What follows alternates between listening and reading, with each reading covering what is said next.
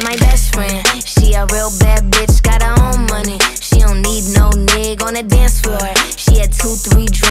Hey everyone, thank you for coming back to my channel. It's your girl Lauren and I'm back with another video. And I just want to ask before I get into it that you guys please like this video for the YouTube algorithm and subscribe if you haven't already because it really helps my channel grow. But I'm actually starting a new series on my channel. It's basically going to be like a watch me work while I read you guys crazy Reddit story times. So I'm going to be starting that with this video. As you guys can see, I'm going to be doing a pretty blue ombre.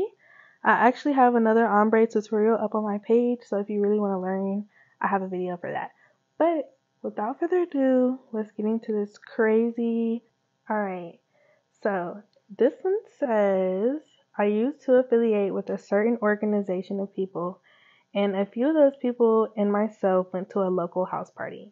I was a DD, so I didn't drink, and I'm glad I didn't. So we all go to this party on the outskirts of the organization territory, and we're all there. And everyone is drinking and having a good time. About 5 minutes after we get there, I'm sitting on the couch across from the host, and he was telling some crazy stories that I don't remember anymore.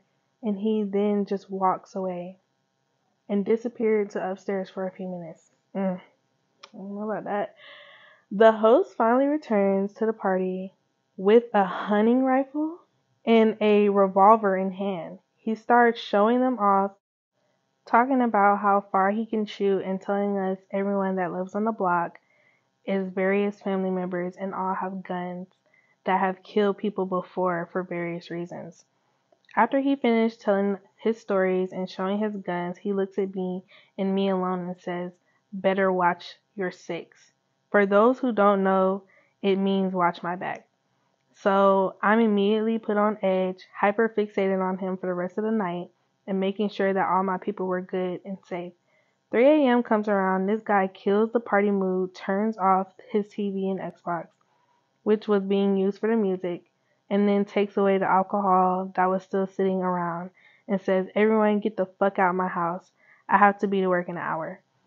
One of my friends, Bobby, is a 6'1", 225 pounds, all muscle black guy, fresh out of prison. Wasn't ready to leave and wasn't going to leave without a fight, literally. So he starts getting in a guy's face and taking his shirt off to get ready to fight the host. Damn, not the host.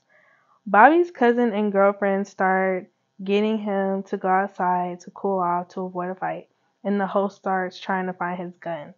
The host comes back from upstairs again with a machete in hand. He can't find his guns, puts the machete in my face and asks where his guns are. I tell him I don't have your guns and none of my people have your guns, so get your shit out of my face. He then starts flipping the furniture, trying to find his guns before going outside to fight Bobby. Bobby beats the dog shit out this guy, then starts getting in my car to leave. And the host starts walking to my car and looking for more, apparently, so I reach in the backseat and grab my baseball bats and put it in his face, like he did with me and the machete. And I tell him to get the fuck away from my car before shit really gets real. He then backed away, we all got in the car and left and never looked back. Bobby's hand was broken from hitting the dude so hard and covered in the host's blood. And his girlfriend's hand was bleeding from the machete because she tried to get the host to put it down before he went to fight Bobby. So 2 people sitting in the car with blood all over them and adrenaline pumping, and I'm speeding away from the area. I never went back and never plan to either. Wow, that's wild AF. If I was a girlfriend though, you think I'm really gonna be getting in the way of a machete? That's crazy as hell. Honestly, when he went upstairs, that would have been a cute lead, like, cause what are you going upstairs for? Okay guys, so this is the third and final story for this video. If you guys like it, make sure you comment down below about it. Okay, so at first, I would like to apologize as my English is not my first language. Therefore, I apologize in advance if I make any kinds of mistakes. I am a 21-year-old female and this happened when I was only 13 and was in the 5th grade. My parents had rented a new apartment and the main door was in my room. From the room I was staying in, there was a old building, and from its roof you could see clear view of my room and what I was doing. Mind you, I was only in the 5th grade at the time. There was a middle-aged man, probably in his late 50s, who had kids and a wife. 50s? That is not middle-aged, but I didn't notice at first, but I always felt that someone was watching me. One day, I was studying at the table, which faced directly at the window. I looked through the window and saw a flashlight waving at me. I felt someone was joking around, so I pulled the curtains.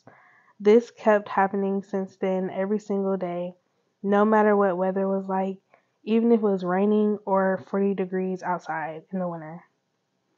Whenever I used to go to school, he used to follow me, but he kept his distance whenever I tried to confront him.